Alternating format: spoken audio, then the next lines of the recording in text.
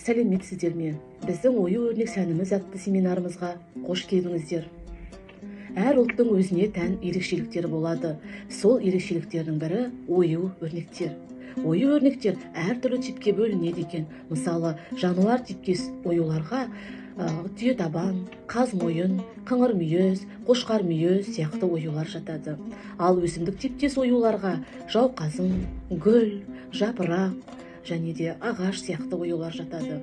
Ал геометриялық оюларға тарақ, тұмарша, ирек сияқты оюлар жатады екен.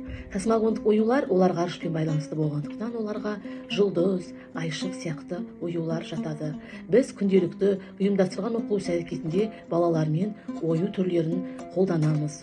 Олай болса, соның бір бөлігін шебер сынып арқылы көрсетеміз.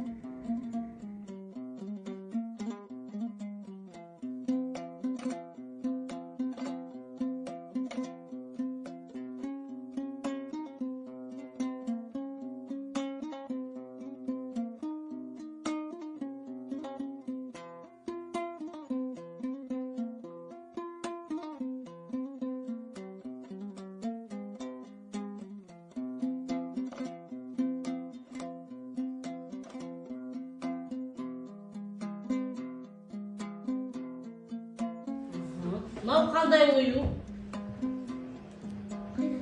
Бұл ою бүгін бізде аталған жоқ.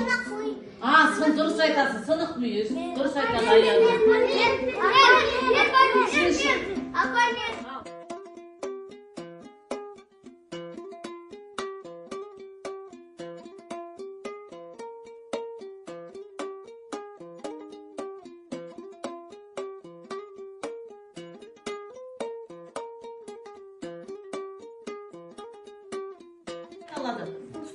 Қошқар мүйіз.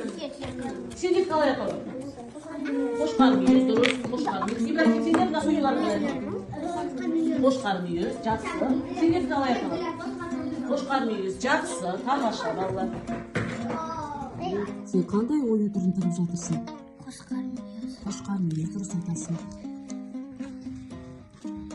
Айсара, сен қандай ою түрін тігіп жатырсың? Құс қанаты. Құс қанаты, өте дұрыс. Абдулла, сенде қандай оюлар бар? Менде қаңқа деген оюлар бар. Қаңқа оюын қайда таққан? Белдікке. Белдікке, малдың сүйегінен жаратылғаннан кейін қаңқа сүйегін белдікке таққан екен. Ал мынау қандай оюлар?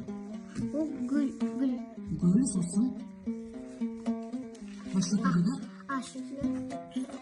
Қошқар мүйіз. Қошқар мүйіз, дұрыс айтасың. Әлбесқа, сенде қандай ою түрлері бар?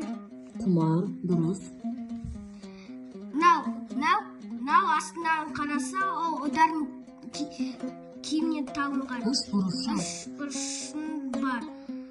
Ана үстінде бұл қарап тұрса, ол қыздардың киімінен табылады. Киіміне қандай киіміне?